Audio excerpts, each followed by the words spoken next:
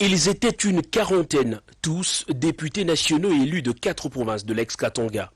Conduits par le Premier ministre Jean-Michel Sama Lukonde, ce représentant du peuple ont eu un très long moment d'échange avec le premier de Congolais et garant de la nation autour de l'épineuse question de xénophobie et cohabitation difficile qui divergent les opinions de Kassaïens et Katangais. Nous avons évoqué la question de ces arrivées de nos frères du Kasaï qui, selon nous, est en train de changer la situation socio-économique, l'écologie même de la province du Katanga.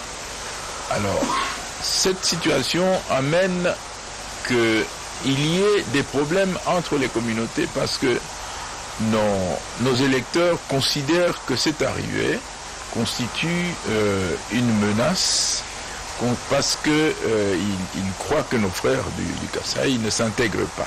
Le président de la République, Félix-Antoine Tshisekedi, a exhorté ses élus à la gestion responsable de cette situation avant son arrivée prochaine à Lubumbashi, où il présidera une table ronde avec les responsables forces vives de provinces concernées pour trouver enfin une solution durable à cette crise.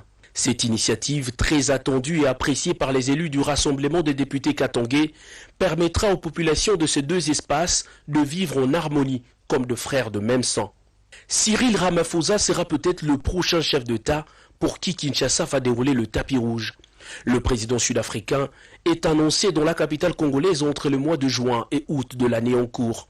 Son émissaire et conseiller spécial reçu en fin de soirée de vendredi par le président de la République, Félix-Antoine Tshisekedi, a affirmé avoir exposé les détails de cette visite de travail au chef de l'État congolais avec en support un document écrit. Les relations entre la République démocratique du Congo et la République sud-africaine sont actuellement stables selon Benjani Chaouké, qui attribue cet état de choses aux meilleures relations qu'entretiennent personnellement les deux chefs d'État.